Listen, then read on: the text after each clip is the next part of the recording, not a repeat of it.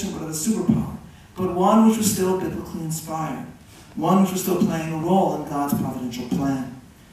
What better model is there for America, for Truman, than the one played by the man who was given the last word in Tanakh? What better phrase is there to draw on America's relationship with the Hebrew Bible, but also its newfound power, than the one he ultimately uttered to Eddie Jacobson, "I am Cyrus, I am Cyrus."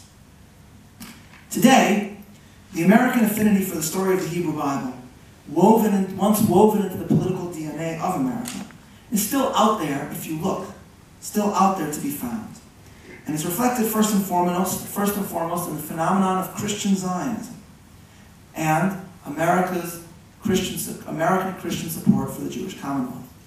I was struck by this myself when I attended Vice President Pence's speech here in the Knesset in Yerushalayim.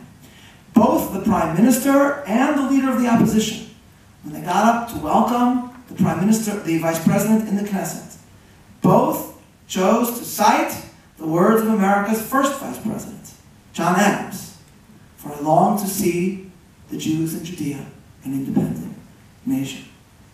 And then in his own address, one of the most Zionist speeches ever given by a non-Jew, the Vice President cited Devarim, cited Yeshaya, and described the birth of Israel as a fulfillment of biblical prophecy. It was a speech, in other words, that was filled with references to the Hebrew Bible, more perhaps than those speeches of most prime ministers in the Knesset since Menachem Begin gave speeches.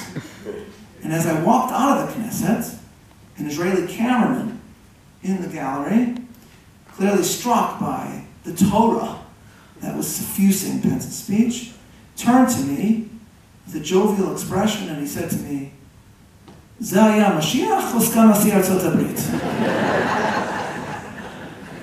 Today, there exist tens of millions of non-Jewish Americans, often devout Christians, who are driven by their own biblical way of looking at world events to be concerned, passionately concerned, for the future well-being of the Jewish state.